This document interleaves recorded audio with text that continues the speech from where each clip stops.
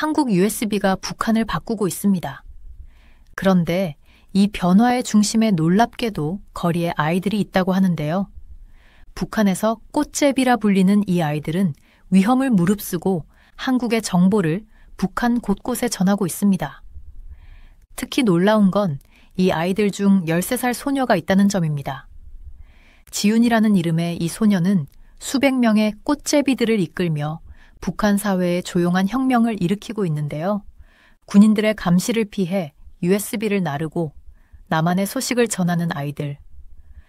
그런데 얼마 전 이 아이들이 절체절명의 위기를 맞이했다고 합니다. 군인들의 총소리가 울리고 아이들을 향해 수색이 시작됐는데요. 하지만 놀랍게도 북한의 시민들이 하나둘 이 아이들의 편에 서기 시작했다고 합니다. 대체 이 아이들이 북한에서 어떤 일을 했길래 군인들도 주민들도 그들을 주목하게 된 걸까요? 오늘의 사연 시작합니다. 저는 택시에서 내려 서울의 선선한 가을 공기를 마시며 목도리를 고쳐 맸어요. 저는 닥터 니콜라이 페트로프라고 합니다. 한국 역사를 연구한 지도 벌써 20년이 되었는데 이 나라를 방문할 때마다 여전히 설레는 마음을 느껴요. 하지만 오늘은 평소와는 달랐어요. 단순히 연구나 강의가 아니라 한국 국방대학교 70주년 기념식에서 중요한 연설을 하기 위해 초청받았거든요. 국방대학교 건물들은 마치 거대한 회색 돌덩어리처럼 파란 하늘 아래 우뚝 서 있었어요. 입구 근처에는 깔끔한 제복을 입은 경비원들이 진지하고 단호한 표정으로 서 있었고요. 저는 한국어와 영어로 적힌 초청장을 보여줬는데 한쪽 구석에 새겨진 대학교의 금색 문장이 반짝였어요. 경비원 중 한 명이 고개를 끄덕이며 무정의로 말했고 다른 한 명은 저를 안으로 안내하기 위해 앞으로 나섰어요. 닥터 페트로프님, 국방대학교에 오신 것을 환영합니다. 그 경비원이 조심스러운 영어로 말했어요. 저희가 기다리고 있었습니다. 대학교의 정문을 지나 안으로 들어서는 순간 마치 다른 세계에 들어온 듯한 기분이 들었어요. 모든 것이 완벽히 정돈되어 있었거든요. 길 양옆으로 고르게 심어진 나무들, 그리고 훈련장에서 행진하는 사관생도들까지요. 그들의 군화 소리가 바닥을 따라 일정한 리듬으로 울렸어요. 왼발, 오른발, 왼발, 오른발. 이 젊은이들 중 몇 명은 훗날 한국의 군사 지도자가 될 텐데 그런 생각을 하니 제가 곧 하게 될 연설의 중요성이 더 크게 느껴졌어요. 러시아에 있는 제 사무실에서 몇 주 동안 이번 연설을 준비했어요. 대개 군사학교에서 연설하는 사람들은 힘이나 권력, 그리고 전쟁에 대비해야 한다는 이야기를 하곤 해요. 하지만 저는 좀 다른 이야기를 하고 싶었어요. 연구를 하며 알게 된 변해가는 한국의 모습을 전하고 싶었거든요. 과거의 전쟁보다는 새로운 기술을 개발하고 평화를 만들어가는데 더 많은 관심을 기울이는 나라로서요. 저는 그 이야기를 들려주고 싶었어요. 경비원이 저를 한 준비실로 안내했어요. 그곳에서 제 메모를 다시 살펴볼 수 있었죠. 창문 너머로는 더 많은 사관생도들이 수업 사이를 오가고 있었어요. 교재나 태블릿을 들고 걷는 그들의 모습은 정말 젊어 보였어요. 상관의 눈을 피해가며 가끔 웃음을 터뜨리기도 했고요.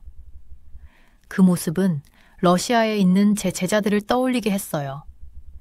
미래에 대한 꿈과 희망으로 가득 찬 아이들이죠. 그때 문을 두드리는 소리가 제 생각을 끊었어요. 닥터 페트로프님, 비즈니스 슈트를 입은 한 젊은 여성이 클립보드를 들고 들어왔어요. 저는 행사 준비팀의 민지입니다. 30분 후에 행사가 시작됩니다. 차 한 잔 드실까요? 저는 감사히 차를 받았어요. 민지가 차를 따라주면서 행사 진행 방식에 대해 설명해줬어요. 세 번째 연설자십니다. 민지가 말했어요. 국방대학교 사령관님께서 닥터님을 소개하실 거예요. 오늘 참석자는 500명이 넘습니다. 장교, 사관생도, 정부 관계자, 그리고 몇몇 국제 손님도 계세요. 차를 마시는 동안 제 손이 살짝 떨렸어요. 500명이라니 예상했던 것보다 훨씬 큰 청중이었어요. 벽 너머로는 행사 시작을 알리는 소리가 희미하게 들려왔어요. 국가가 울려 퍼지고 공식적인 환영 인사와 박수 소리도 들렸죠.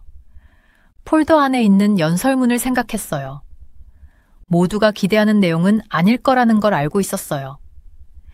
군사적 힘에 대한 이야기가 아니라 현대적인 국가로 성장하며 평화와 협력을 중요시하는 한국의 모습에 대해 이야기하려고 했거든요. 한국이 가진 진정한 힘이란 다른 나라와 협력해서 더 나은 미래를 만들어가는 능력에 있다는 걸 말하고 싶었어요. 여기엔 러시아와 함께하는 협력도 포함되어 있고요. 민지가 제 팔을 살짝 건드렸어요. 닥터 페트로프님, 이제 시간이 됐습니다. 저는 일어나서 넥타이를 고쳐매고 민지를 따라 복도를 걸었어요. 점점 가까워지는 현재 연설자의 목소리가 커지면서 메인 홀로 향했어요. 2명의 경호원이 뒤에서 우리를 따라왔는데 그들의 존재는 이곳이 단순한 학술 컨퍼런스가 아니라는 걸 다시 한번 상기시켜줬어요. 이곳은 모든 세부 사항이 중요한 군사기관이었어요. 메인 홀의 문이 열리자 관객이 보였어요. 줄줄이 앉아있는 제복 차림의 사람들, 빛나는 메달이 조명을 받아 반짝였어요. 젊은 사관생도들은 꼿꼿한 자세로 앉아있었고 고위 장교들은 아무런 감정을 드러내지 않은 채 무표정으로 무대를 바라보고 있었어요. 앞줄에는 몇몇 중요한 인물들이 앉아 있었는데 그들은 카메라를 무대에 고정하고 있었어요. 심장이 두근거렸지만 이상하게도 차분한 기분이 들었어요. 한국의 역사와 문화를 연구해온 제 경력을 생각했을 때 오늘 제가 전하려는 메시지의 무게를 누구보다 잘 알고 있었어요. 이 연설이 어떤 전통적인 시각에 도전할 수도 있다는 것도요. 하지만 때로는 가장 중요한 메시지가 가장 전달하기 어려운 법이잖아요. 국방대학교 사령관님이 마이크 앞에 서셨어요. 내빈 여러분, 존경하는 장교와 사관생도 여러분, 사령관님이 한국어로 말씀하시기 시작했어요. 다음 연설자를 소개하겠습니다. 동아시아 연구교수인 닥터 니콜라이 페트로프 박사님을 모십니다. 저는 깊게 숨을 들이쉬고 단상으로 걸어 나갔어요. 조명이 제 얼굴에 따뜻하게 느껴졌고 수백 쌍의 눈이 저를 바라보고 있었어요. 그 순간 이번 연설은 단순히 몇 마디 말에 그치지 않을 거라는 걸 느꼈어요. 이것은 제가 한국이라는 이야기에 작게나마 기여할 기회였어요. 제가 연단에 서서 앞에 앉아있는 수많은 사람들을 바라보니 심장이 두근거리는 게 느껴졌어요. 대한민국 국방대학교의 이 웅장한 강당에는 수백 명이 모여 있었는데요. 깔끔한 군복을 입고 의자에 꼿꼿이 앉아있는 젊은 사관생도들, 가슴에 메달을 주렁주렁 단 나이든 장교들, 그리고 정장을 차려입은 귀빈들이 한자리를 채우고 있었어요. 천장에 조명이 반짝이며 잘 닦인 나무바닥과 군복의 황동 단추 위로 빛나고 있었죠. 제가 연설을 시작하면서 그 방 안에 깃든 전통의 무게가 느껴졌어요. 이 벽들은 70년이 넘는 군사 역사를 지켜봤을 텐데 오늘 저는 조금 다른 이야기를 선택했어요. 군사력이나 과거의 영광이 아니라 평화에 대해 이야기하기로 한 거예요. 오늘날의 대한민국은 과거의 대한민국이 아닙니다. 제가 마이크를 통해 또렷이 말했어요. 여러분의 나라는 이제 기술, 문화, 그리고 평화로운 발전의 선두주자로 자리 잡았습니다. 그러자 몇몇 젊은 사관생도들이 자리에서 몸을 앞으로 기울이며 관심을 보이더라고요. 셋째 줄에 앉아있던 한 젊은 남성은 제가 하는 말이 자신의 생각과 일치한다는 듯 약간 고개를 끄덕이기까지 했어요. 하지만 모든 사람이 그렇게 열정적으로 받아들이는 건 아니었어요. VIP 섹션에 앉아있던 최고위 장교들 사이에서는 몇몇이 눈살을 찌푸리고 있는 게 보였거든요. 은빛 머리를 한 나이 든 장군 한 분은 자리가 불편한 듯 몸을 움직였고 옆 사람에게 무언가 속삭였어요. 그러자 그의 동료는 고개를 단호하게 흔들었죠. 그들의 불만은 분명했지만 저는 계속 말했어요. 저는 대한민국이 어떻게 변화했고 더 이상 갈등을 필요로 하지 않게 되었는지에 대해 이야기했어요. 여러분의 스마트폰과 TV는 러시아 곳곳의 가정에서도 찾아볼 수 있습니다. 제가 말했어요. 여러분의 음악과 영화는 전 세계 사람들에게 기쁨을 주고 있죠. 이게 바로 한 나라의 진정한 힘을 보여주는 척도입니다. 그러자 젊은 장교들 중 몇몇이 서로 눈길을 주고받았고 그들 중 일부는 작은 미소를 짓는 것도 보였어요. 제가 연설의 핵심 메시지로 다가가면서 방 안의 긴장이 더 고조되었어요. 미래는 벽이 아니라 다리를 만드는 사람들의 것입니다. 제가 선언했어요. 대한민국의 국방대학교는 단순히 국방뿐 아니라 외교를 가르치고 단순히 전략뿐 아니라 이해를 가르치는 길을 열어갈 수 있습니다. 그 말을 듣고 관객 사이에서 웅성거림이 일었어요. 중간 섹션에 앉아있던 중간 계급의 장교들 사이에서는 몇몇이 동의하듯 고개를 끄덕였지만 다른 이들은 몸을 굳게 세우며 불만을 나타내는 모습이었죠. 통로 근처에 앉아있던 한 대위는 열심히 노트를 적고 있었는데 그의 옆에 앉은 이는 턱을 꽉 다문 채 정면만 바라보고 있었어요. 제 말에 가장 큰 영향을 받은 건 젊은 사관생도들 같았어요. 그들은 군기 잡힌 자세를 유지하려고 애쓰는 듯 했지만 눈에는 흥분의 불꽃이 반짝였어요. 첫 줄에 앉아있던 한 젊은 여학생은 눈물이 맺힌 걸 빠르게 훔쳤고 또 다른 학생은 의자 팔걸이를 너무 세게 잡아서 손가락 마디가 하얗게 변했더라고요. 제가 연설을 마치자 박수 소리는 예의는 갖췄지만 고르지 않았어요. 몇몇은 열정적으로 박수를 쳤지만 다른 이들은 손을 거의 움직이지 않았죠. 그 방 안의 분열은 모래에 그어진 선처럼 명확했어요. 젊은 세대는 변화에 준비된 듯 보였지만 많은 상급자들은 여전히 낡은 사고방식에 매달려 있는 것 같았어요. 제가 연단에서 내려오자 한 고위 장교가 저에게 다가왔어요. 그의 표정은 신중하게 중립적인 모습을 유지했지만 그의 말에는 경고의 뉘앙스가 담겨 있었어요. 흥미로운 관점이었습니다. 페트로프 박사, 그가 조용히 말했어요. 하지만 오늘 우리가 기대했던 이야기와는 다르군요. 관객들이 홀을 빠져나가기 시작하는 모습을 지켜봤어요.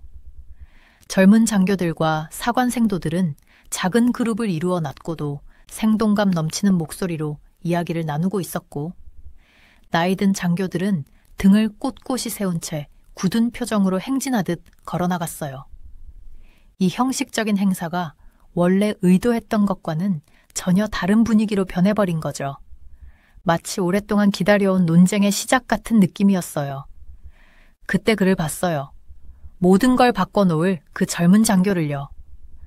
그는 자기 그룹에서 떨어져 서 있었고 제게 강렬한 눈빛을 보내며 저를 보고 있었어요.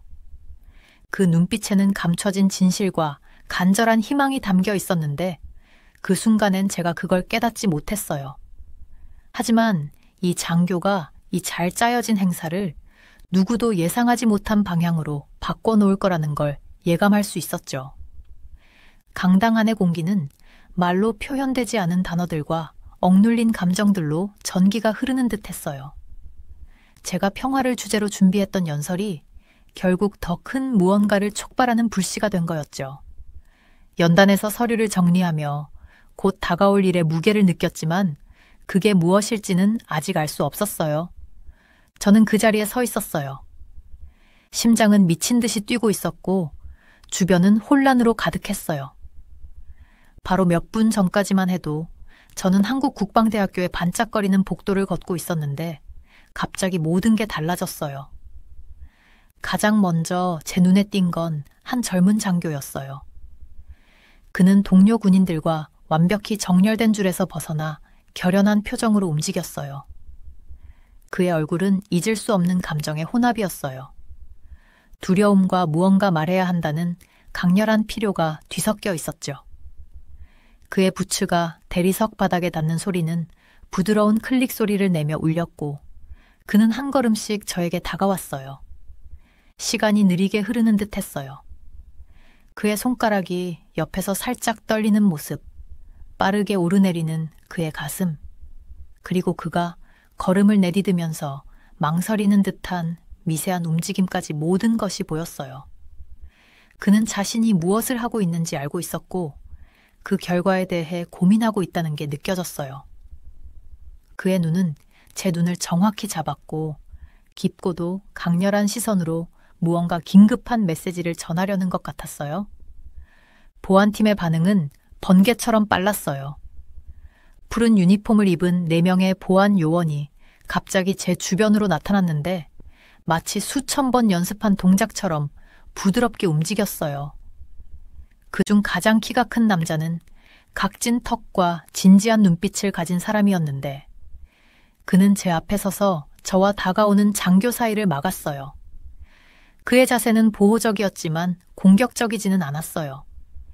이 사람들은 소란을 피우지 않고 상황을 처리하도록 훈련받은 게 분명했어요. 뒤로 물러나세요. 보안 요원 중 한 명이 한국어로 단호하지만 차분한 목소리로 명령했어요. 하지만 그 젊은 장교는 바로 물러나지 않았어요. 그는 자신의 자리에서 움직이지 않고 보안 요원들 사이로 제 눈을 마주치려고 계속 애썼어요. 그때 키는 작지만 체격이 단단해 보이는 또 다른 보안 요원이 젊은 장교의 팔을 붙잡았어요. 저는 그들이 잠깐 몸싸움을 벌이는 걸 지켜봤어요. 폭력적인 움직임은 아니었고 마치 서로 리드를 잡으려는 춤 같았어요. 그 과정에서 장교의 군모가 바닥에 떨어졌고 부드럽게 툭 하는 소리를 냈어요. 그의 단정하게 정돈된 검은 머리가 드러났는데 이런 상황에서도 군인으로서의 기준을 지키려 했다는 게 느껴졌어요. 복도는 숨소리조차 들릴 만큼 고요해졌어요. 나머지 군인들은 여전히 완벽히 정렬된 상태로 서 있었고 그들의 표정은 훈련된 무관심으로 가려져 있었어요. 하지만 저는 그들의 어깨에 긴장감이 배어 있는 걸 느낄 수 있었어요. 몇몇은 아주 미세하게 몸을 옮겼는데 이는 그들이 이 상황을 불편해하고 있다는 걸 보여줬어요. 그럼에도 불구하고 그들의 표정에는 그 젊은 장교의 행동을 이해하는 듯한 무언가가 담겨 있었어요. 저는 말을 하고 싶었어요. 대체 어떤 메시지가 이렇게까지 그를 움직이게 만들었는지 묻고 싶었죠. 하지만 그렇게 하면 그에게 더 큰 문제가 생길 것 같아 입을 다물었어요. 대신 제가 이 순간의 무게를 이해하고 있다는 걸 눈빛으로 전달하려 했어요.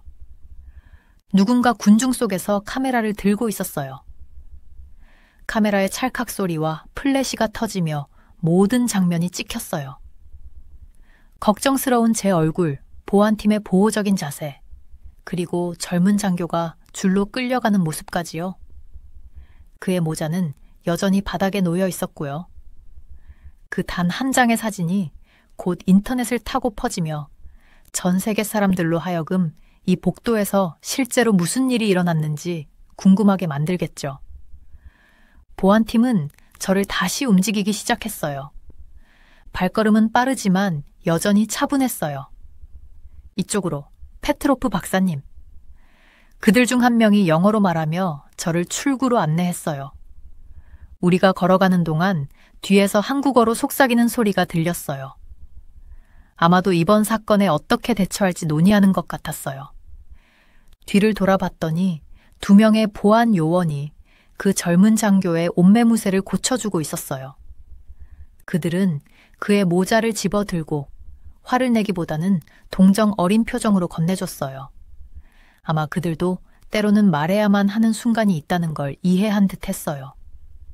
이 사건은 1분도 차에 걸리지 않았지만 체감 시간은 훨씬 길게 느껴졌어요. 출구에 다다르자 차가운 바람이 제 얼굴을 스치며 복잡했던 생각들을 조금은 맑게 해줬어요. 보안팀은 여전히 가까이 붙어 있었고 주위를 계속 살피며 또 다른 예기치 못한 움직임에 대비하고 있었어요. 하지만 저는 그 젊은 장교의 눈에서 봤던 무언가 중요한 것을 전하려는 절박한 필요만 떠올랐어요. 제 학문적 경력 동안 긴장감이 넘치는 상황을 많이 겪어봤지만 이번은 뭔가 달랐어요. 이건 분노나 항의가 아니었어요. 전통과 규율의 층을 뚫고 진실을 전하려는 한 사람의 시도였어요. 그 사진은 이 순간의 일부만 담아냈겠지만 진짜 이야기는 사진 속에 없었어요. 말하지 못한 단어들, 그의 동료들이 보여준 묵묵한 지지, 그리고 그를 막아선 사람들이 보였던 부드러운 태도 속에 있었죠. 저는 대기 중이던 차로 안내받으며 대체 어떤 메시지가 이 훈련받은 군인이 모든 걸 걸고 전하려 한 것인지 계속 궁금했어요. 그 답은 나중에 알게 되겠지만 지금은 그의 결연한 얼굴과 말하지 못한 메시지가 남긴 여운만이 머릿속을 맴돌았어요. 그날 저녁, 저는 호텔 침대 가장자리에 앉아서 여전히 약간 떨리는 손으로 넥타이를 풀고 있었어요. 지는 해가 블라인드 사이로 방 안에 주황빛 줄무늬를 그리며 오늘 하루가 얼마나 길었는지 떠올리게 했어요. 방위 아카데미에서 있었던 일이 머릿속에서 영화처럼 계속 재생되고 있었어요. 멈출 수 없는 영화처럼요. 침대 옆 테이블에 놓인 휴대폰을 집어들었어요. 화면에는 수백 개의 알림이 떠 있었어요. 그 사진이 제가 상상한 것보다 훨씬 빠르게 퍼졌더라고요. 그 사진 속에 저는 혼란스러운 순간에 딱 멈춰 있었어요. 놀란 눈, 저를 둘러싼 보안 요원들이 인간 벽을 형성한 모습, 그리고 삐뚤어진 모자를 쓴 젊은 장교가 다시 줄로 끌려가는 장면까지요. 그 젊은 장교의 절박한 표정이 실제로 봤던 것보다 사진에서 더 선명하게 느껴졌어요. 대체 무슨 말을 하려고 했던 걸까? 제가 화면 속 이미지를 보며 낮게 속삭였어요. 메시지들이 쏟아졌어요. 모스크바 대학교의 동료인 마리아가 보낸 메시지. 니콜라이, 괜찮아요? 로이터 통신 기자의 메시지. 페트로프 박사님, 오늘 사건에 대해 한 말씀 부탁드립니다. 그리고 상트페테르부르크에 있는 제 여동생의 메시지. 뉴스 봤어요. 제발 전화 좀 해줘요. 저는 창문으로 다가가 서울의 반짝이는 야경을 내려다봤어요. 밤에 이 도시는 정말 아름다웠고 끝없이 펼쳐진 불빛들 사이 어딘가에 그 젊은 장교가 있었겠죠. 혹시 그가 오늘 일로 곤란해지진 않았을까 걱정이 밀려오면서 속이 타들어갔어요. 오늘 제가 했던 연설은 아무도 예상하지 못한 내용이었어요. 제가 그 연설문을 쓸 때부터 알고 있었죠. 군사력을 찬양하는 대신 저는 평화에 대해 말했어요. 과거의 영광을 되새기기보다는 미래의 협력을 이야기했죠. 청중들의 얼굴에서 모든 걸 알 수 있었어요. 젊은 생도들은 의자에 몸을 기울이며 밝은 눈으로 제 말을 들었고 반면 나이든 장교들은 뻣뻣이 앉아 점점 더 굳어가는 표정을 지었죠. 그때 전화가 또 진동했어요. 이번엔 서울대학교 김 교수님께 온 메시지였어요. 오늘 연설 참 용감했어요, 니콜라이. 우리가 생각하면서도 말하지 못했던 걸 말씀해 주셨네요. 저는 창가에 놓인 작은 책상에 앉아 노트북을 열었어요. 뉴스 사이트들엔 이미 오늘 사건에 대한 기사들이 올라와 있었어요. 어떤 기사들은 이것을 보안 사고라고 불렀고 또 어떤 기사들은 시위라고 추측했어요. 하지만 그 누구도 진실을 모르고 있었어요. 왜냐하면 저조차 그 진실을 모르고 있었으니까요. 하지만 한 가지는 강하게 느껴졌어요. 그 젊은 장교는 해를 끼치려고 한 게 아니라는 점이요. 갑자기 문을 두드리는 소리에 깜짝 놀랐어요. 가만히 기다리며 귀를 기울였어요. 다시 한번, 이번엔 좀 더 부드러운 노크 소리가 들렸어요. 문을 열었지만 복된 아무도 없었어요. 대신 바닥에 2번 접힌 작은 종이가 놓여 있었어요. 떨리는 손으로 종이를 집어들고 재빨리 문을 닫았어요. 메모에는 급히 쓴 듯하지만 뚜렷한 한글로 적혀 있었어요. 평화에 대해 말씀하셨죠. 우리 중 몇몇도 그것을 믿고 있습니다. 우리를 잊지 말아주세요. 저는 의자에 털썩 주저앉아 손에 쥔 종이를 꽉 쥐었어요. 그 글은 제가 연설 중에 느꼈던 걸 확인시켜줬어요. 한국 군대 안에도 변화를 원하는 사람들이 있다는 걸요. 그 젊은 장교는 저를 공격하려던 게 아니라 저에게 다가가려 했던 거였어요. 이메일을 열어 러시아에 있는 학과장에게 편지를 쓰기 시작했어요. 연구 방향을 바꿔야겠다고요. 오늘 저는 중요한 걸 봤어요. 한국의 강력한 군사 외형 아래에는 다른 미래를 원하는 목소리들이 존재한다는 걸요. 그들은 단순히 군인이나 장교가 아니었어요. 평화를 꿈꾸는 희망과 꿈을 가진 사람들이었어요. 기자들의 메시지가 계속 울렸지만 저는 무시했어요. 어떻게 그 젊은 장교를 위험에 빠뜨리지 않고 오늘 일을 설명할 수 있겠어요? 이곳의 군대 문화는 엄격하잖아요. 사소한 불복종조차 경력을 끝내버릴 수 있을 만큼요. 그날 밤 잠을 이룰 수 없었어요. 다시 창문 앞으로 걸어가 도시의 불빛을 바라보며 용기에 대해 생각했어요.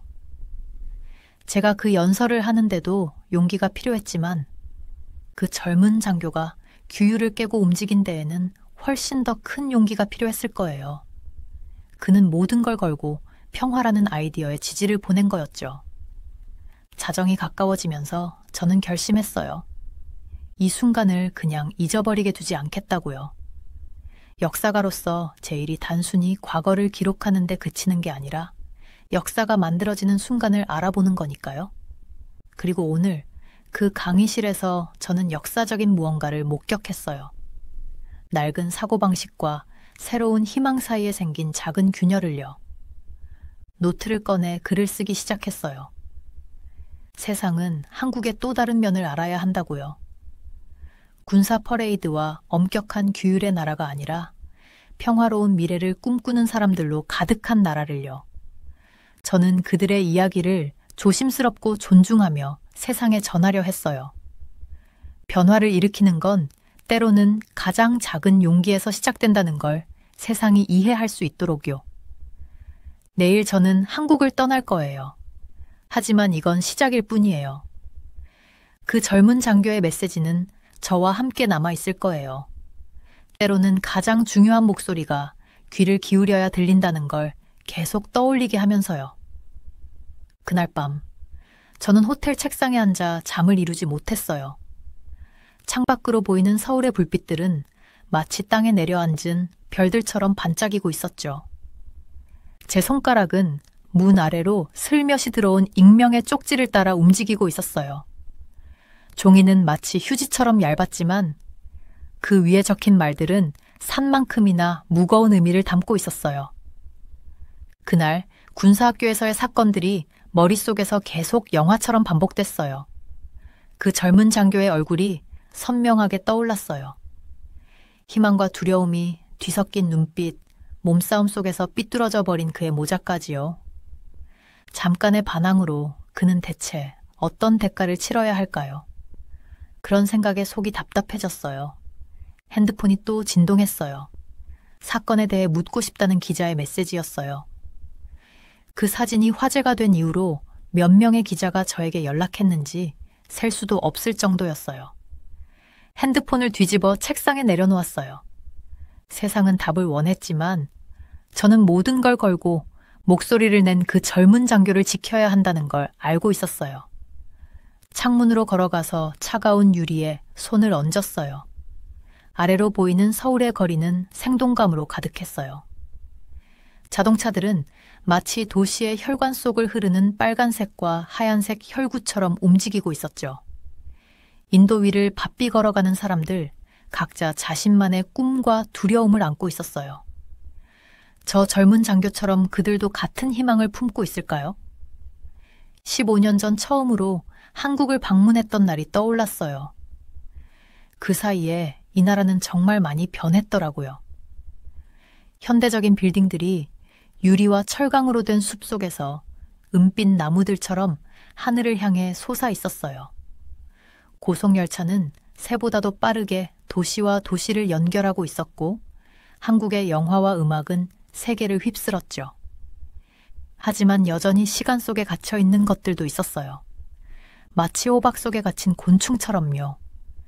권력과 군사력에 대한 옛날식 사고방식은 아직도 많은 사람들의 마음을 붙잡고 있었어요. 제가 군사학교에서 했던 연설은 문제를 일으키려는 의도가 아니었어요. 단지 제가 보는 진실을 말했을 뿐이에요. 한국은 이제 더 이상 과거의 두려움에 얽매여 있지 않다는 것, 강해지면서도 위협적이지 않을 수 있다는 것, 평화는 약함이 아니라 지혜라는 것, 제가 이런 말을 했을 때 일부 나이 든 장교들은 돌처럼 굳은 얼굴로 저를 바라봤어요.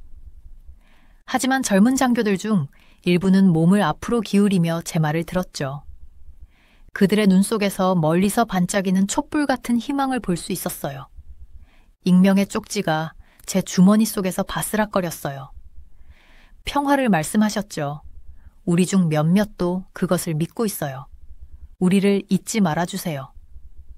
정말 간단한 말이었지만 그 안에는 엄청난 의미가 담겨 있었어요. 그 말은 이미 변화가 일어나고 있음을 알려줬어요.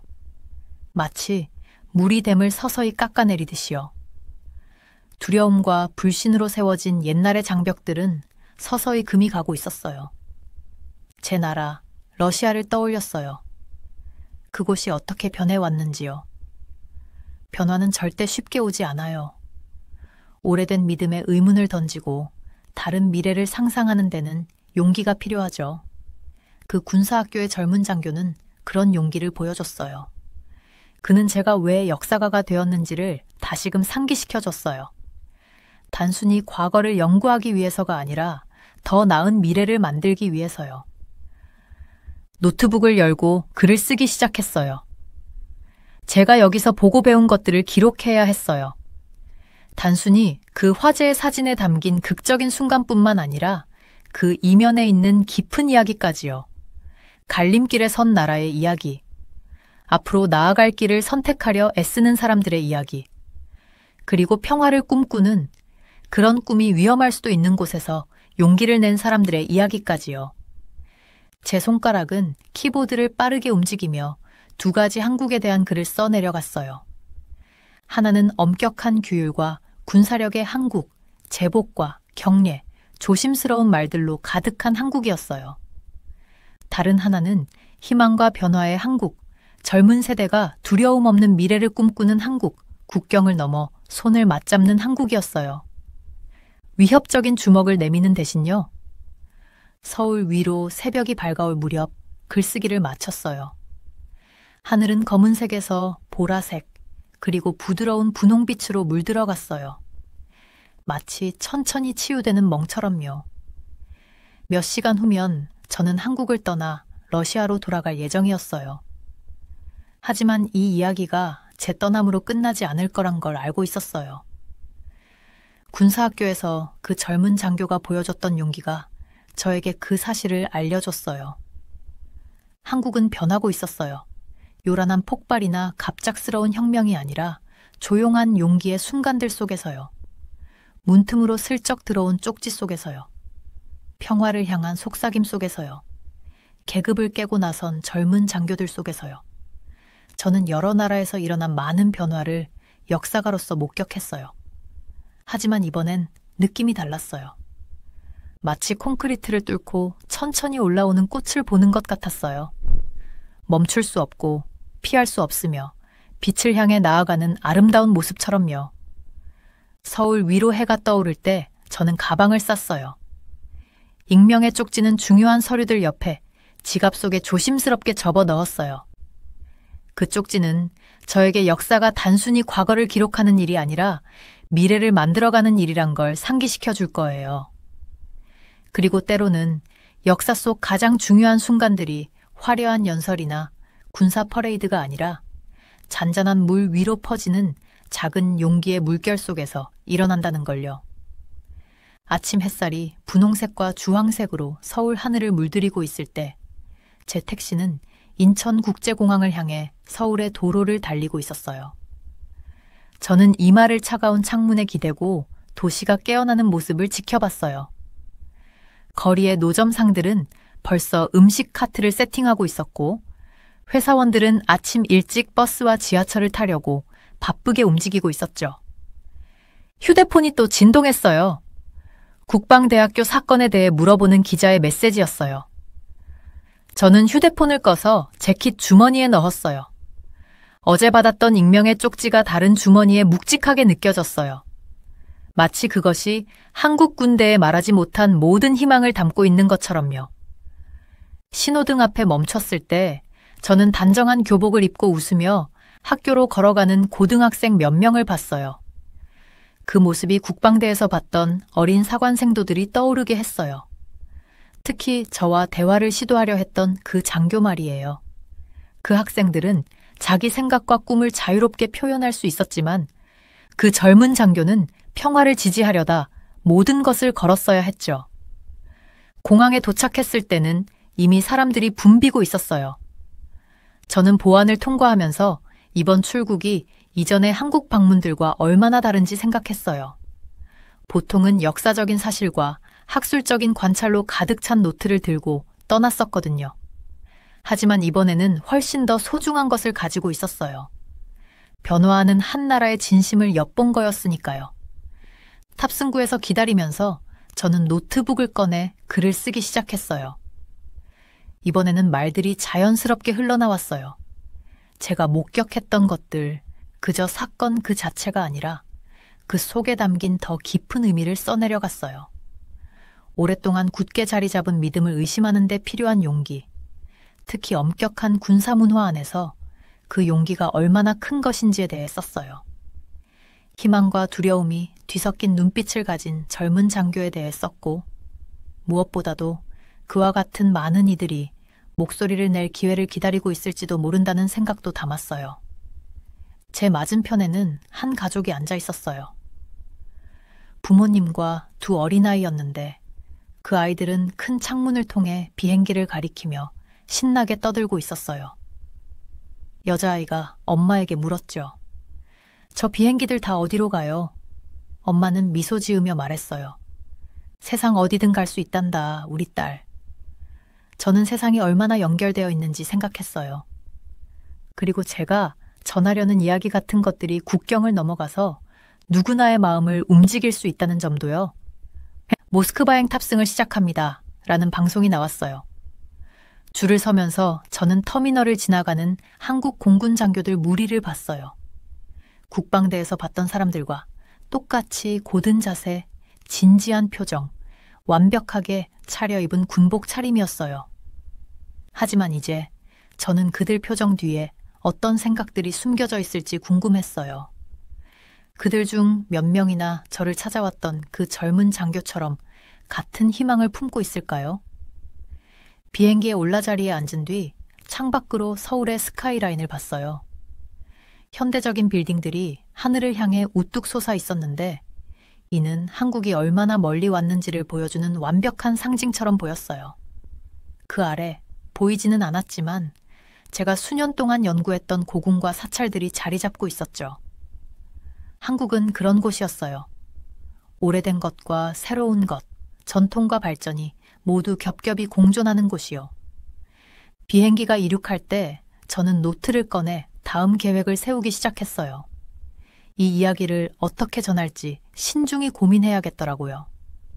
이건 단순히 군사학교에서 벌어진 한 극적인 사건에 대한 이야기가 아니었거든요. 변화의 준비가 된 한국의 젊은 세대에 대한 이야기였어요. 그 젊은 장교의 신원을 보호하면서도 그의 메시지가 제대로 전달되도록 해야 했어요. 한국의 군사교육 시스템에 관한 이야기부터 시작해서 젊은 장교들 사이에서 나타나는 변화된 태도들을 점차적으로 다뤄보는 기사 시리즈를 써볼까 생각했어요. 다른 학자들을 인터뷰하고 더 많은 관점을 수집해서 한국 군사 문화 안에서 일어나고 있는 이 변화의 전반적인 그림을 그려볼 계획이었죠. 사람들에게 이 이야기를 이해시키는 방식으로, 비판이 아니라 공감을 이끌어낼 방식으로요.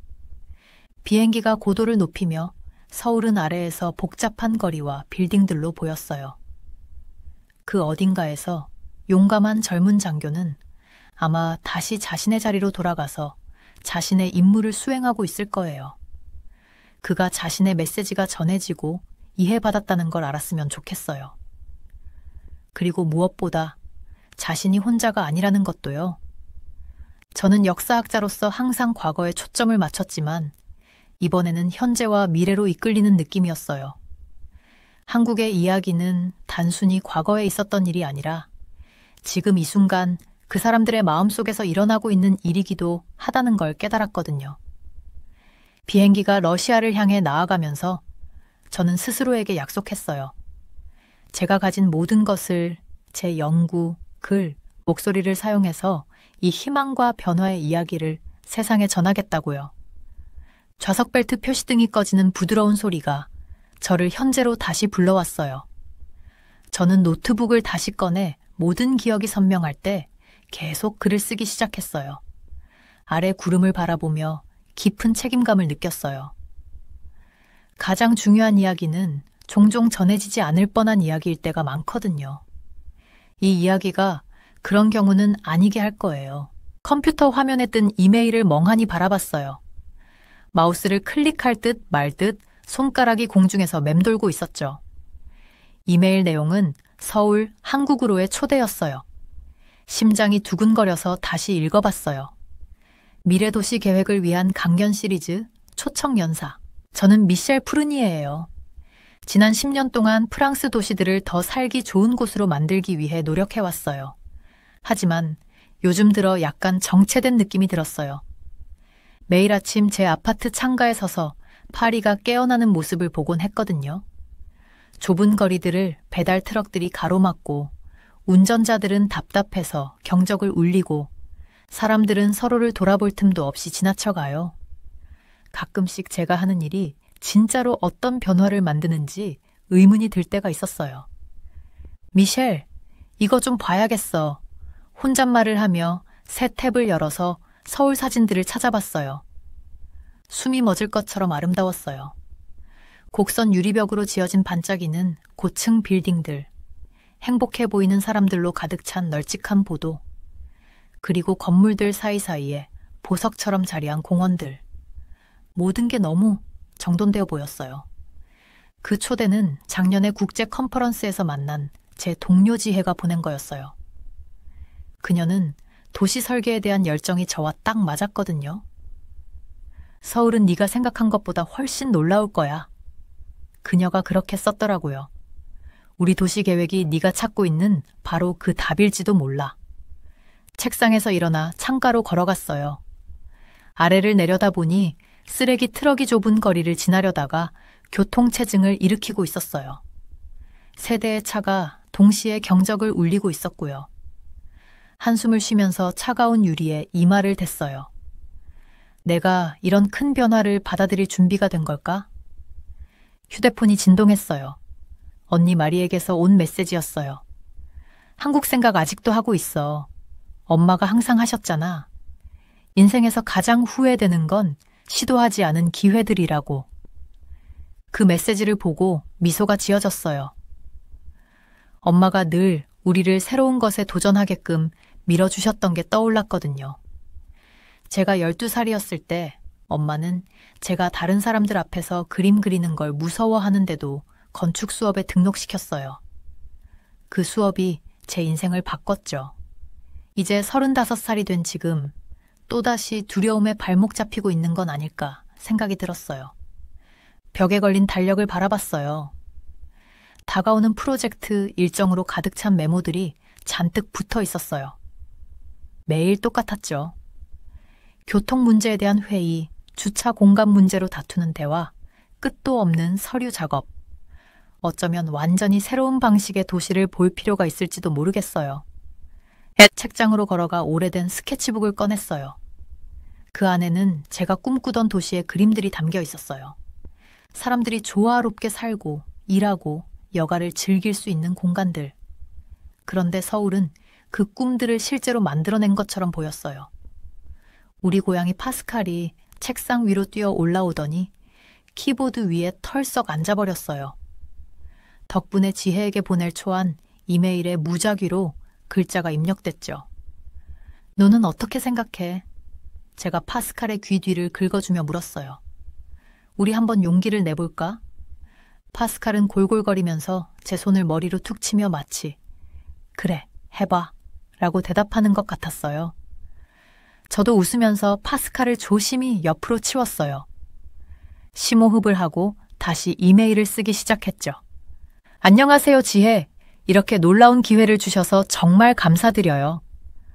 서울에 가서 제 생각을 공유할 수 있다니 영광입니다. 더 중요한 건 서울과 그곳 사람들로부터 배울 수 있는 기회를 기대하고 있습니다. 이메일을 보내는 순간 손이 약간 떨렸어요. 아시아는 한 번도 가본 적이 없었거든요. 한국은 언어도 음식도 문화도 전부 낯선 곳이었어요. 하지만 어쩌면 그래서 더 필요한 경험일지도 모르겠다는 생각이 들었어요. 완전히 새로운 관점을 얻을 기회니까요. 서랍을 열어 여권을 꺼냈어요. 거의 텅 빈 여권 페이지에는 근처 유럽 국가 몇 군데 찍은 도장밖에 없었죠. 곧 이곳에 한국 비자가 추가될 거라는 생각에 설렘과 긴장이 교차했어요.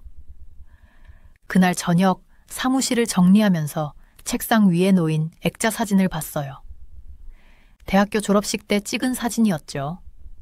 세상을 변화시키겠다는 큰 꿈으로 가득 차 있던 제 모습이 담겨 있었어요. 하지만 시간이 지나면서 그 꿈은 작아져 버렸고 매일 겪는 좌절과 관료적인 문제들 속에 묻혀버렸어요.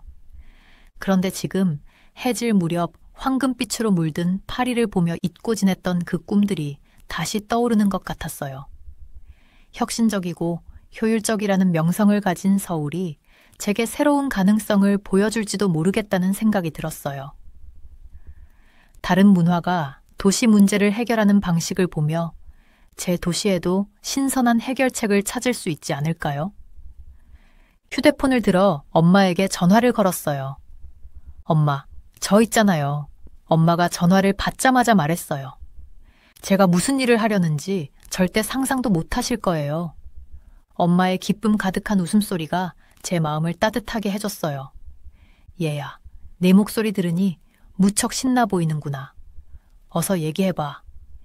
계획을 설명하는 동안 제 자신감이 점점 차오르는 게 느껴졌어요. 그래요. 이번 여행은 제 안락한 구역에서 멀리 벗어나는 일이 될 거예요. 그리고 제가 알고 있다고 믿었던 모든 걸 뒤흔들지도 모르죠. 하지만 그게 제가 정말 필요한 일 아닐까요? 다시 한번 파리를 바라봤어요. 내일은 여행 준비를 시작할 거예요. 하지만 오늘 밤만큼은 앞으로 다가올 모험, 배울 수 있는 교훈, 그리고 세상의 반대편에서 새로운 해답을 찾을 가능성을 꿈꿔보려고 해요.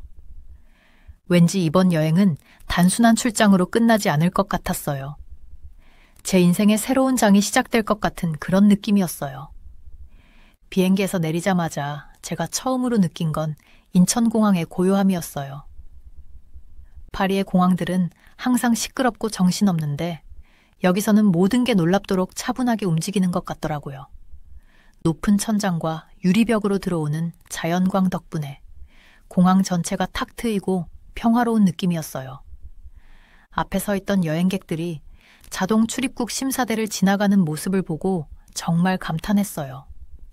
줄도 길지 않고 한숨 쉬는 사람도 없고 여권과 얼굴을 스캔만 하면 바로 통과되더라고요. 제 차례가 되자 좀 긴장이 됐어요. 만약 이 기계가 저를 인식 못하면 어떡하지? 라는 생각이 들었거든요. 하지만 기계는 완벽하게 작동했고 몇 초 만에 저는 반대편으로 나왔어요. 미셸, 여기요! 익숙한 목소리가 들렸어요. 짐 찾는 곳 근처에서 한국인 동료 지혜가 저를 향해 손을 흔들고 있었어요. 영상통화에서 보던 모습 그대로였어요. 어깨 길이의 검은 머리, 동그란 안경, 그리고 미소 지을 때 눈가가 살짝 주름지는 따뜻한 얼굴이요. 택시 기다리고 있어요. 그녀가 제 짐을 들어주며 말했어요. AI로 운행되는 택시로 예약했어요. 사람보다 더 안전하고 믿을 수 있거든요. 제가 눈을 휘둥그레 뜨고 물었어요. AI 택시요? 그러니까 운전자가 없다는 거예요? 지혜는 제 표정을 보고 웃었어요. 걱정 마세요. 몇 년 전부터 아무 문제 없이 운행되고 있어요. 직접 보면 알 거예요. 택시는 겉보기엔 평범했지만 안으로 들어가 보니 운전석이 텅 비어 있고 대신 커다란 화면이 경로를 보여주고 있었어요. 차는 교통 흐름에 맞춰 매끄럽게 속도와 방향을 조절하며 움직였어요. 처음에는 조금 불안했는데 어느새 긴장이 풀리더라고요. 이거 진짜 대단하네요. 창밖으로 펼쳐지는 도시 풍경을 보며 제가 말했어요. 하늘을 향해 높이 솟은 건물들의 유리 외벽이 오후 햇살을 반사하고 있었고 디지털 광고판에서는 알록달록한 광고들이 번쩍거렸어요. 사람들은 모두 바쁜 발걸음으로 움직이고 있었고요. 첫 번째 목적지는 호텔이었어요. 거기서 잠깐 몸을 추스른 뒤 지혜가 지하철을 타고 도시를 구경하자고 제안했어요. 서울이 어떻게 돌아가는지 알려면 지하철이 제일이에요. 그녀가 저를 가장 가까운 역으로 안내하며 말했어요. 에스컬레이터를 타고 내려가자마자 저는 압도당한 기분이었어요. 역은 여러 층으로 나뉘어 있고 한국어와 영어로 된 수많은 표지판이 여기저기 있었거든요. 밝은 조명 아래 모든 것이 반짝였어요. 바닥도, 벽도, 심지어 티켓 발매기까지요. 낙서 하나 없고 쓰레기도 안 보였어요. 먼지 한 톨조차요. 이건 교통카드예요. 지혜가 작은 파란 카드를 저에게 건네줬어요. 이걸로 지하철, 버스, 심지어는 몇몇 가게에서도 결제할 수 있어요.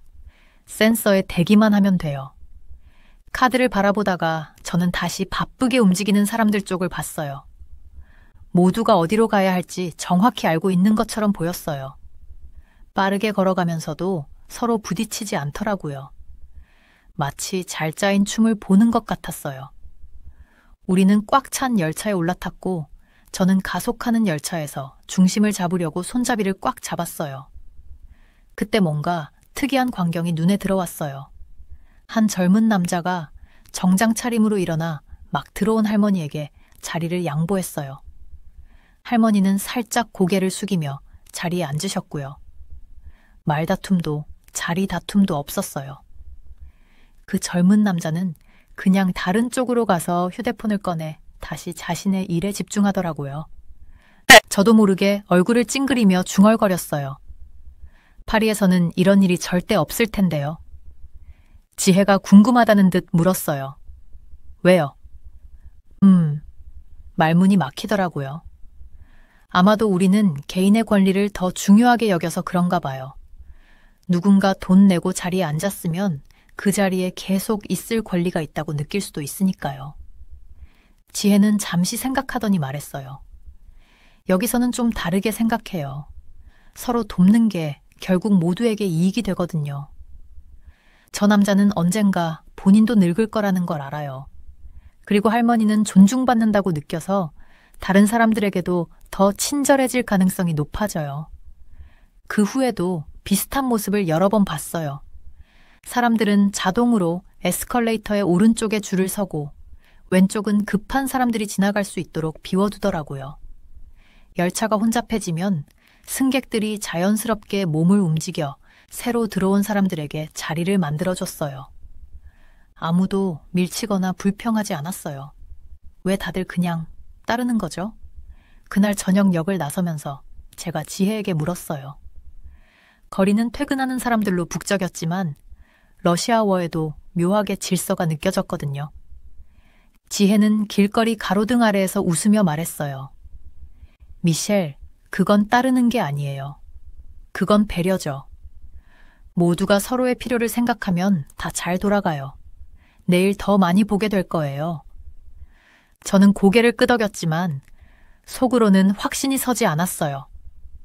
정말 배려만으로 사회가 굴러갈 수 있을까요? 뭔가 더 있는 게 분명하다는 생각이 들었어요. 근처 식당으로 저녁을 먹으러 가는 길에 이런 도시가 어떻게 작동하는지 제가 놓치고 있는 중요한 뭔가가 있다는 느낌을 지울 수 없었어요. 위로 넌사인들이 인도를 비추며 알록달록한 그림자를 드리우고 길거리 음식 냄새가 제 배를 고프게 만들었어요. 서울은 벌써 제가 알던 도시 생활에 대한 모든 고정관념을 깨트리고 있었어요.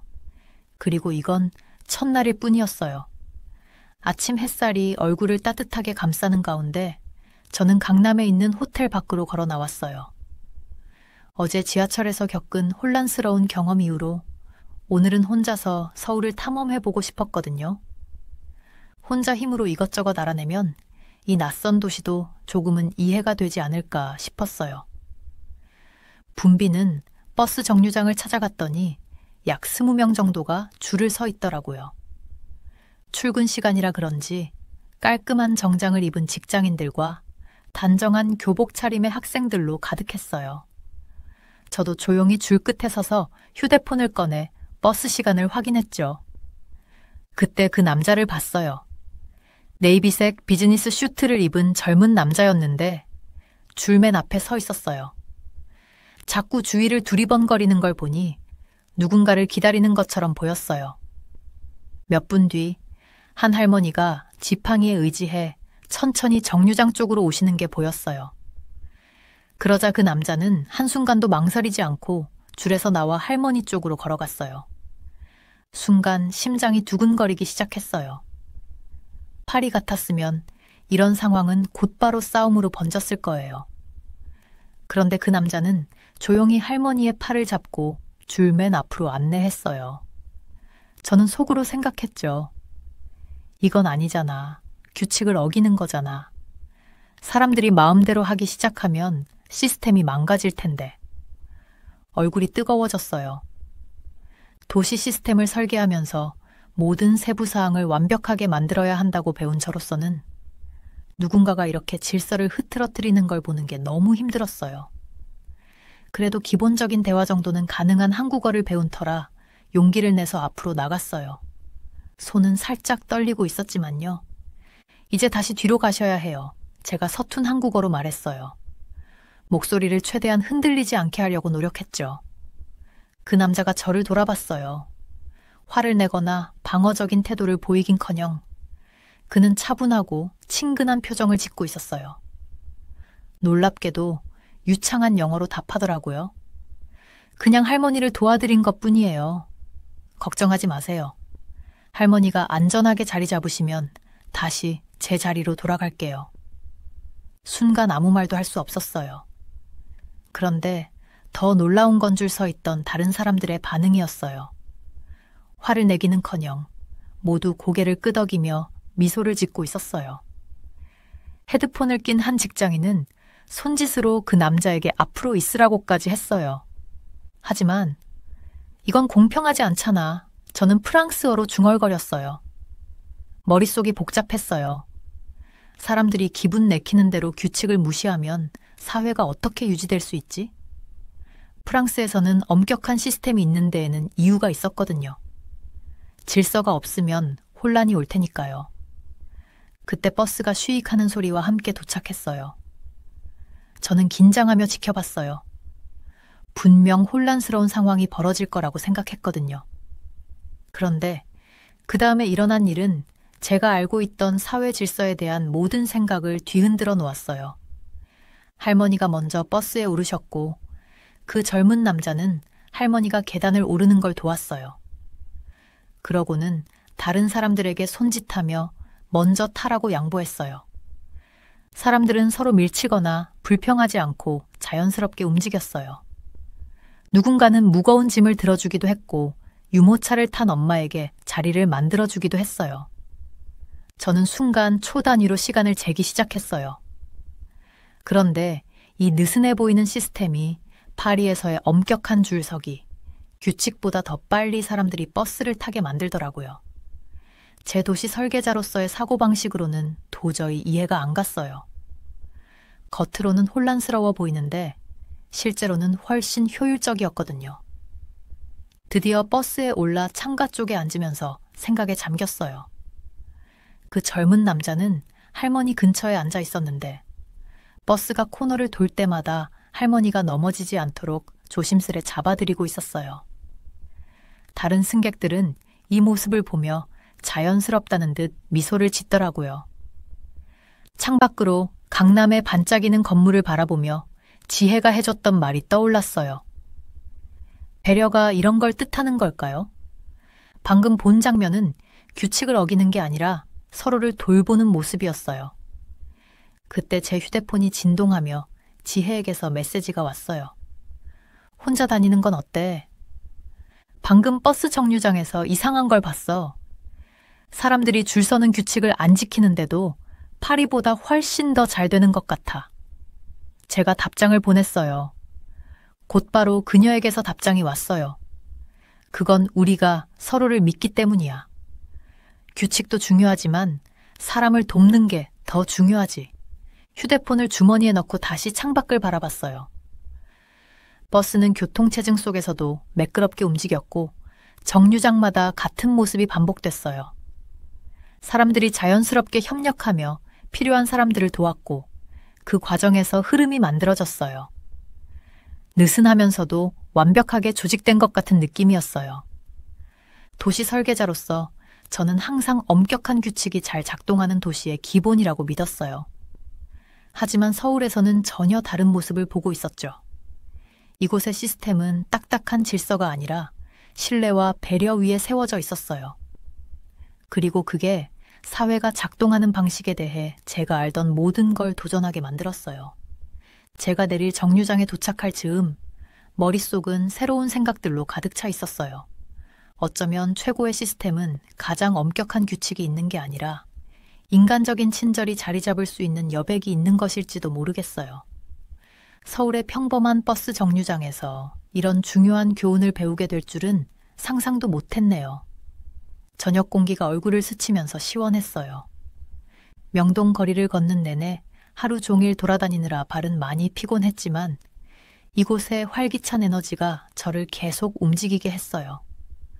밝은 넌사인들이 분홍색, 파란색, 노란색으로 젖은 거리들을 환하게 비춰줘서 마치 영화 속 장면에 들어온 것 같았어요. 길거리 음식 냄새, 달콤한 호떡과 매콤한 떡볶이 냄새가 제 배를 꼬르륵거리게 만들었죠. 간단하게 간식을 먹고 싶어서 한국의 유명한 편의점에 가보기로 했어요. 외관은 프랑스의 편의점과 비슷해 보였는데 안으로 들어가는 순간 완전히 다르다는 걸 깨달았어요. 계산대에 점원이 없고 대신 터치스크린으로 된 셀프 키오스크만 있었거든요. 위에는 보안 카메라가 지켜보고 있었지만 그 외에는 고객들이 스스로 알아서 쇼핑하도록 신뢰받고 있는 것 같았어요. 저는 사람들이 들어와 필요한 물건을 고르고 키오스크에서 직접 물건을 스캔한 뒤 계산을 마치고 나가는 모습을 놀라서 지켜봤어요. 아무도 물건을 슬쩍 집어넣으려 하지 않았고 누구도 그 시스템을 의심하지 않았어요. 모두 자연스럽게 물건 값을 지불하고 떠나더라고요. 파리에서는 이런 시스템이 상상도 안 됐어요. 거기서는 도난을 막으려고 보안 요원이나 경계하는 점원들이 반드시 필요했거든요. 그렇게 흥미롭게 그 장면을 보고 있는데 갑자기 밖에서 큰 소리가 들려왔어요. 편의점 유리창 너머로 보니 한 남자가 한 여자의 핸드백을 가슴에 끌어안고 도망치고 있었어요. 뒤쪽에서는 누군가가 멈춰요, 도둑이야! 라고 소리치고 있었죠. 심장이 막 뛰기 시작했어요. 프랑스에서도 비슷한 상황을 본 적이 있었어요. 보통 그런 일이 일어나면 사람들은 길을 비켜주거나 핸드폰으로 찍기만 하지 직접 나서는 경우는 드물었어요. 그렇게 하는 게 더 안전하다고 생각했거든요. 그런데 이곳에서 일어난 일은 제가 알던 모든 사회적 상식을 완전히 깨버리는 일이었어요. 아무런 신호나 조율도 없었는데 거리의 사람들이 마치 리허설이라도 한 것처럼 움직이기 시작했어요. 한 사무직으로 보이는 사람이 왼쪽으로 살짝 움직였고 고등학생은 오른쪽으로 비켰어요. 그리고 배달기사로 보이는 사람이 오토바이를 비스듬히 세워 길을 막았어요.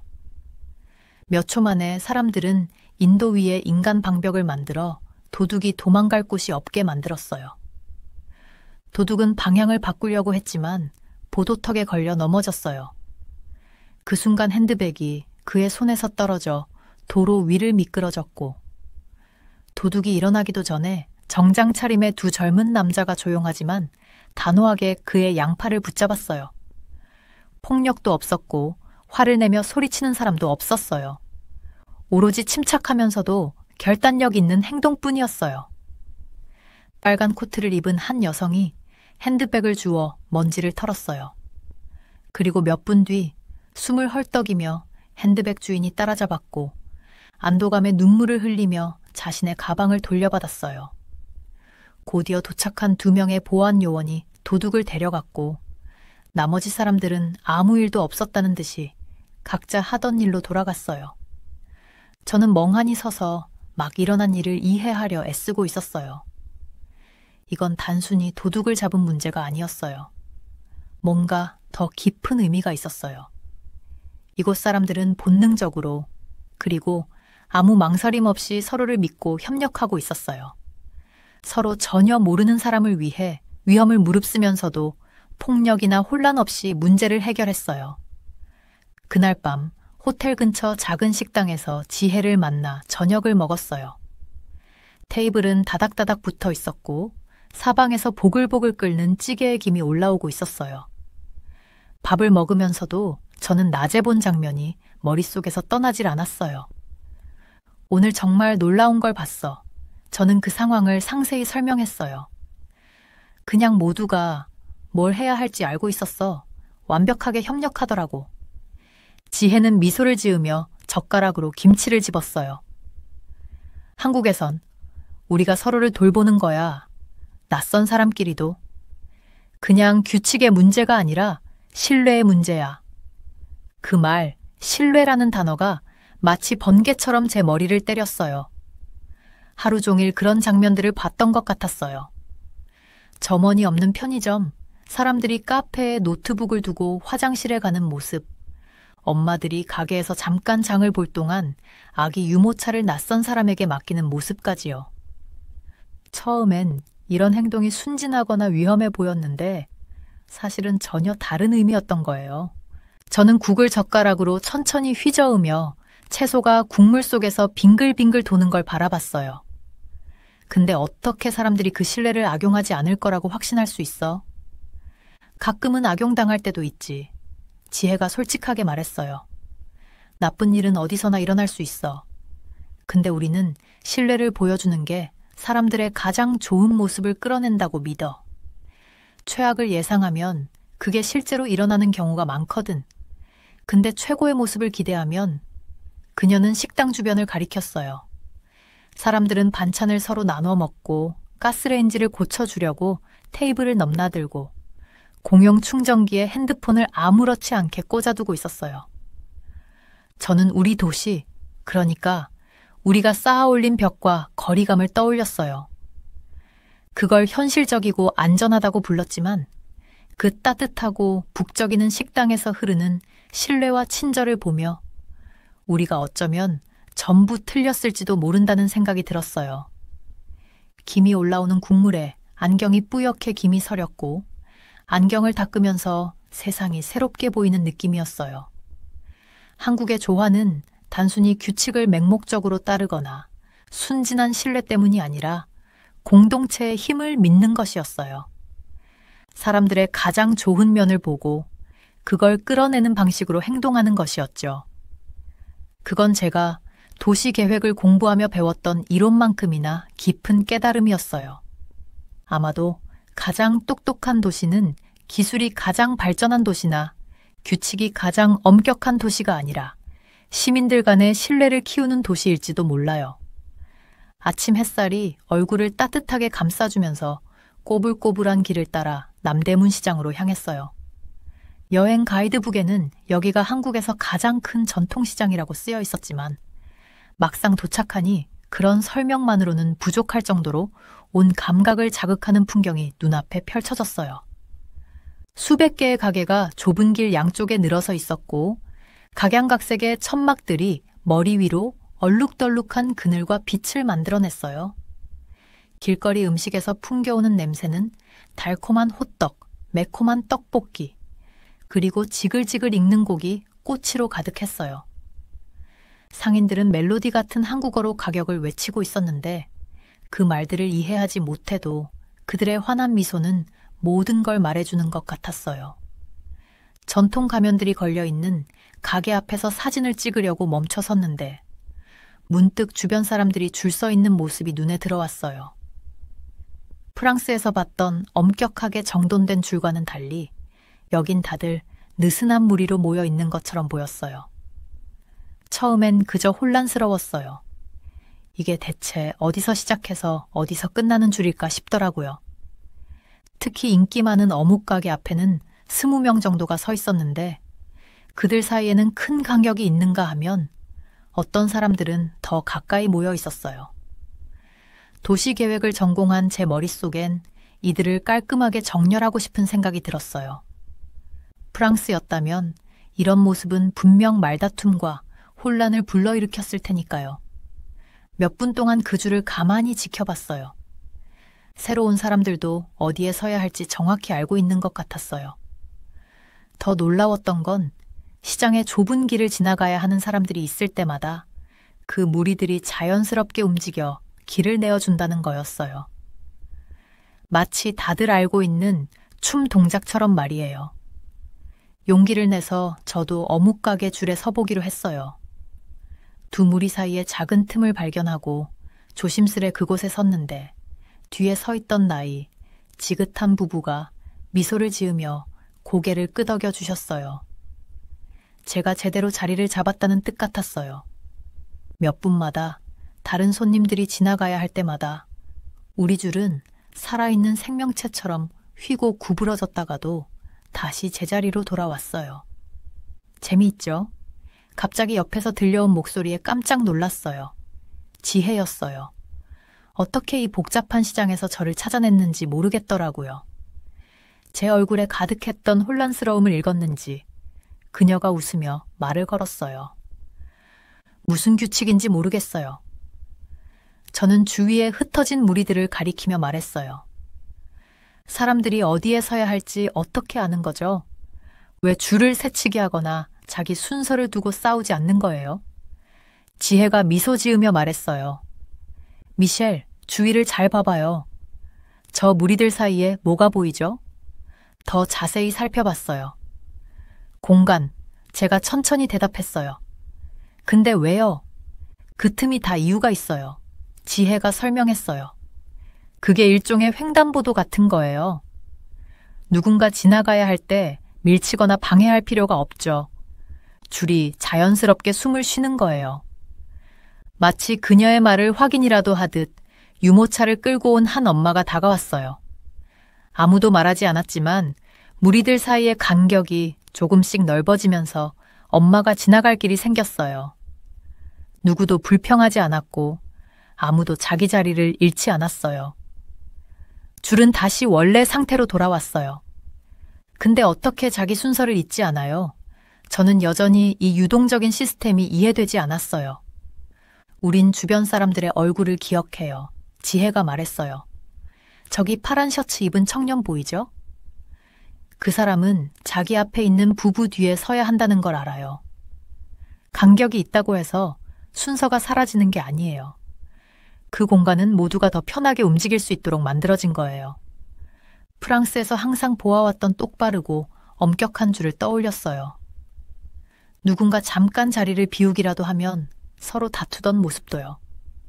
그런데 여긴 시스템이 휘어지면서도 깨지지 않고 모두가 공유하는 이해로 지탱되고 있었어요. 줄 앞쪽으로 가까워질수록 무거운 장바구니를 들고 힘들어하는 할머니가 보였어요.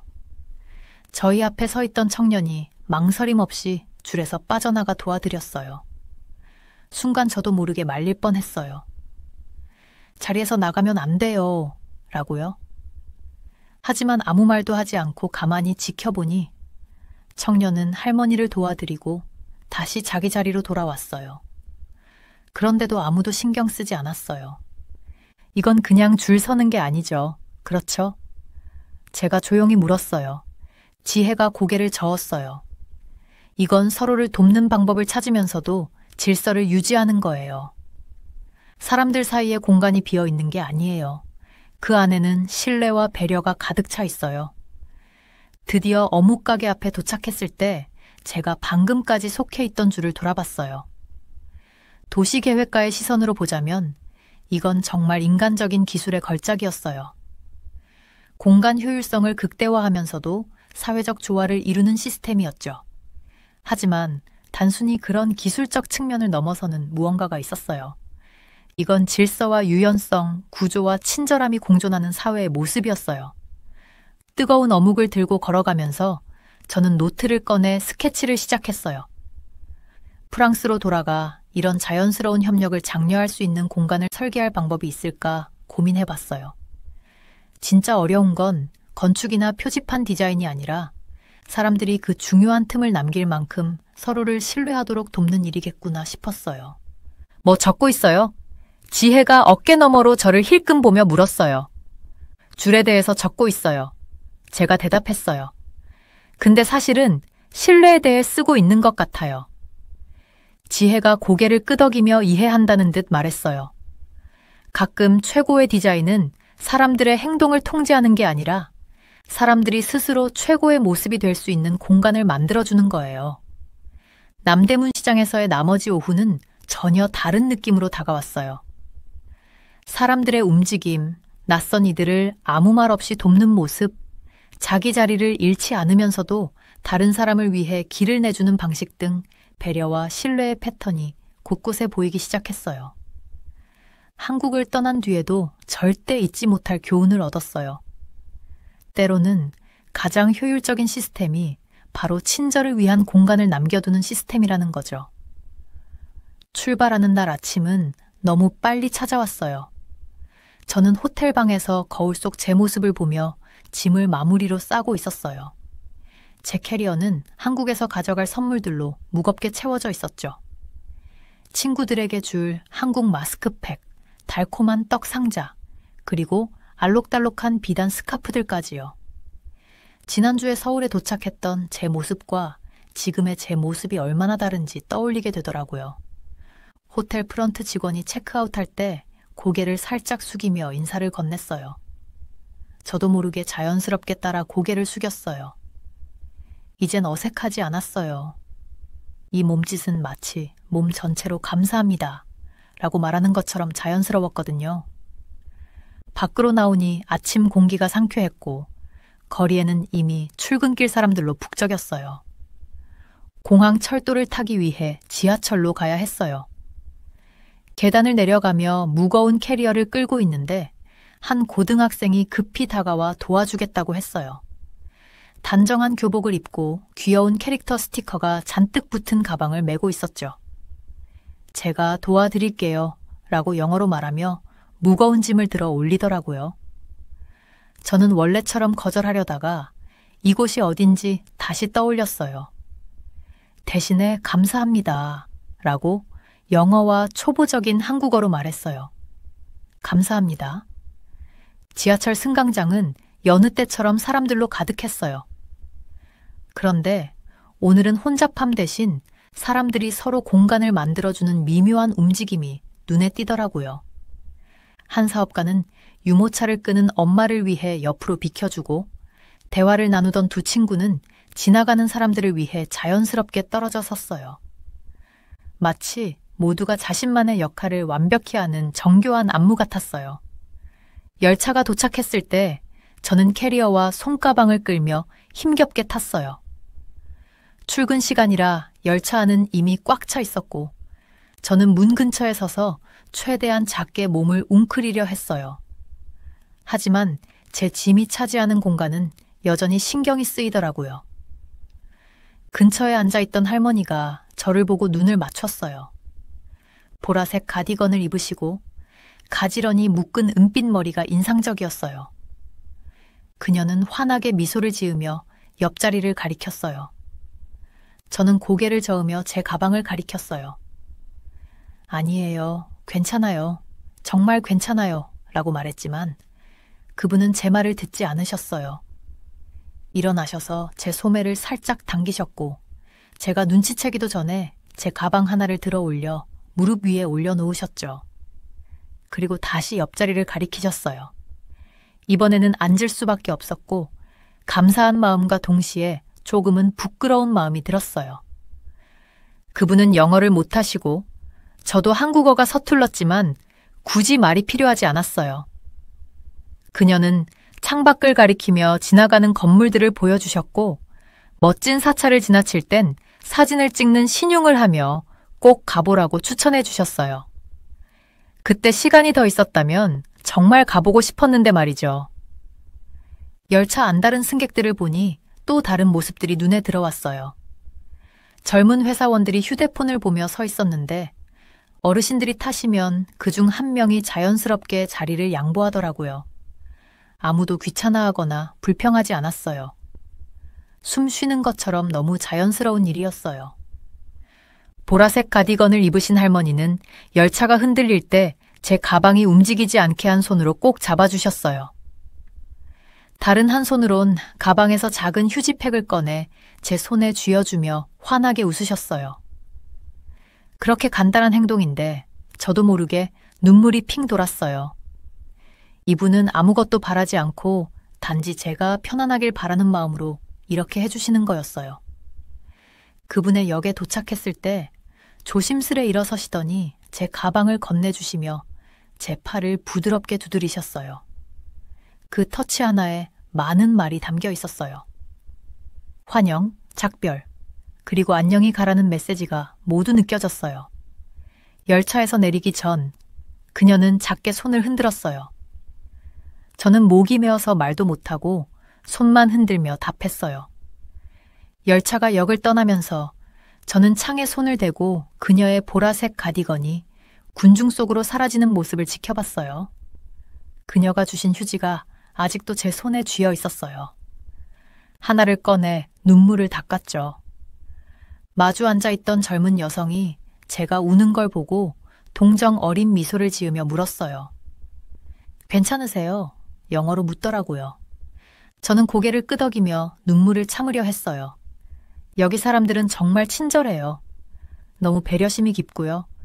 처음엔 이해 못했는데 이제는 말을 끝맺을 수가 없었어요. 그녀는 어렴풋이 제 마음을 이해한 듯 고개를 끄덕이며 말했어요. 그게 우리 방식이에요. 서로를 돌보는 거죠. 창밖으로 서울의 스카이라인을 바라보며 제가 처음 가졌던 인상이 얼마나 잘못됐는지 생각했어요. 처음엔 한국의 사회적 조화가 그저 지켜야 할 엄격한 규칙이라고만 느꼈는데 이제는 그게 훨씬 더 아름다운 무언가라는 걸 알겠더라고요. 서로를 신뢰하고 배려하는 작은 행동 하나하나가 이 사회를 지탱하는 보이지 않는 실처럼 느껴졌어요. 열차 안내방송이 한국어와 영어로 제 역에 도착했음을 알렸어요. 자리에서 일어나자마자 세 사람이 제 짐을 도와주겠다고 움직였어요. 이번엔 감사 인사와 함께 자연스럽게 도움을 받았어요. 이제는 이런 친절이 더 이상 놀랍지 않았어요. 공항 철도 플랫폼으로 걸어가면서 캐리어에 든 기념품들 외에 훨씬 더 소중한 무언가를 가져간다는 걸 깨달았어요. 세상을 보는 새로운 방식과 그 속에서의 제 위치를요. 지하철역을 마지막으로 한 번 돌아봤어요. 효율적으로 움직이는 사람들, 깨끗한 플랫폼, 여러 언어로 된 친절한 안내판들. 하지만 무엇보다도 이 사회의 일원이 된 기분을 기억하고 싶었어요. 비록 잠깐이었지만요. 여기서는 친절이 약함이 아니었고 서로 돕는 것이 모두를 더 강하게 만든다는 걸 배웠어요. 그때 지혜한테 메시지가 왔어요. 집으로 가는 여정 시작했어. 여기서 배운 것 잊지 마. 저는 미소 지으며 답장을 썼어요. 절대 잊지 않을게. 고마워. 더 나은 길을 알려줘서.